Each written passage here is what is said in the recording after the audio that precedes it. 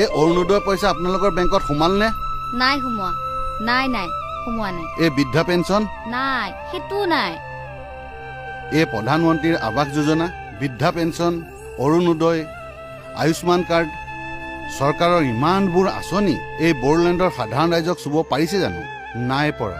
কাৰণ শাসকীয় দলৰ নেতা কৰ্মীয়ে চৰকাৰী ধন লুটি পুতি খাইছে।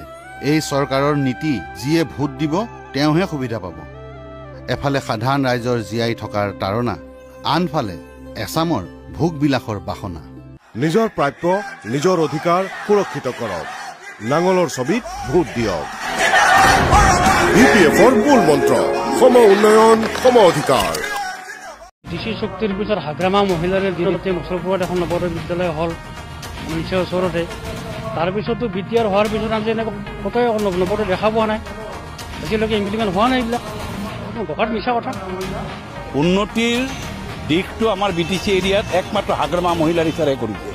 ইয়াৰ বাদে যোনেই যিমান ফটা ঢোল নবজাওক কিয় তেওঁলোকৰ ফটা ঢোল ফটাই বাজিব।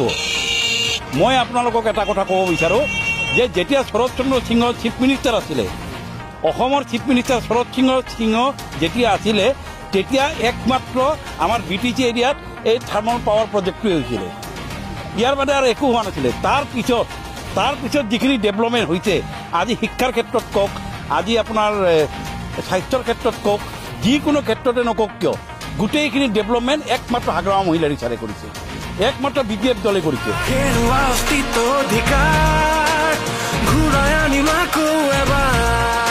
বিৰোধী শক্তিৰ অহংকাৰ কৰিমে আমি চুৰমাৰ।